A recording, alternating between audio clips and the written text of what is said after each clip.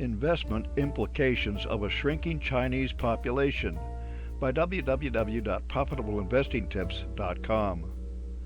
The most populous nation on Earth announced a population decrease over the last year.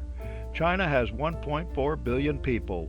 Thus, one might ask, just what difference does it make if China's growth levels off or even falls a bit?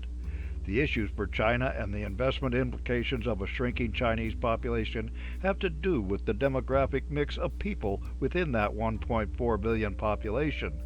China is getting older, just like the European Union, USA, Japan, and many other nations. This means older folks who need support and fewer young workers to do the work, pay the taxes, and keep the economy going. Fallout from slowing population growth in China. The New York Times wrote about why China losing people could be a cause for alarm. You can break the issue down into what it will do to China, what it will do to the rest of the world, and the investing implications of a shrinking Chinese population. China's ascent to being the manufacturing hub of the world was initially fueled by a huge population working for very low wages. As China's economy has grown and matured, there are many well-paying jobs and will be fewer young workers to take on the low-paying jobs that made China so competitive. Chinese companies are now outsourcing some of their factories to countries like Vietnam and Mexico, where wages are lower. And everyone is going to be paying more for products manufactured in China as their pool of young workers shrinks. Less investment in a Chinese economy with a shrinking population. Paul Krugman, also in the New York Times, looked at the same issue of problems with China's population drop. He notes that considering that Chinese data is often suspect, that China's population may have been falling for years. He notes that in China, as in the USA, and pretty much everywhere else, younger workers support older retirees, either directly or by paying taxes into programs that make payments and provide benefits. China is going to have the same problem as in the US, with people living longer and the younger workforce shrinking. Meanwhile, fewer people will mean fewer consumers buying products, which will reduce markets for both Chinese companies and foreign companies like Apple and Tesla that sell in China.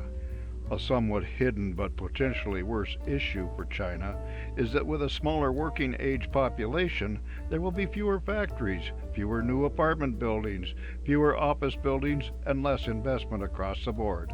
This sort of situation leads to a slowly accelerating economic decline, much like seen in Japan over the last 3 decades. What does a shrinking China mean for investors?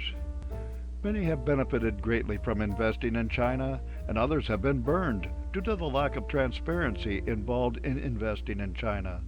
Those who have prospered have benefited from an economy that grew at 10% or more year after year for more than 40 years. This rising tide tended to raise all ships, and now that growth has fallen off, some of the blame certainly has to do with COVID and China's ill-advised zero-tolerance lockdown policies. But what has been creeping up on the Chinese economy is a steady population imbalance of fewer young workers and more older retirees. Klugman is most likely right about China seeing less investment going forward, and what investment there will be may well focus on their attempts to control crucial aspects of technology, drive their space program, and continue to expand and modernize their military. These latter investment opportunities are not going to be available to folks who generally buy stocks on the NASDAQ or New York Stock Exchange. Does the prospect of a weaker economy make China dangerous? Western military experts have projected that China's military might versus the West, and especially the US, will peak within the next 5 years. Their current leader for life, Xi Jinping, wants to conquer Taiwan and make it part of the mainland government again. There has been no let-up in the air sorties challenging Taiwan's air defenses. It does not take an excessively paranoid mindset for one to be concerned that Xi will act at his apogee of military power versus the US and not let the opportunity go by.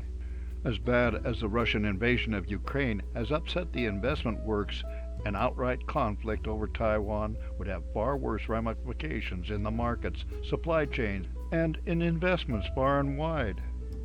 The take-home lesson is that China will gradually become less dominant in manufacturing and as a market for foreign products, but not rapidly.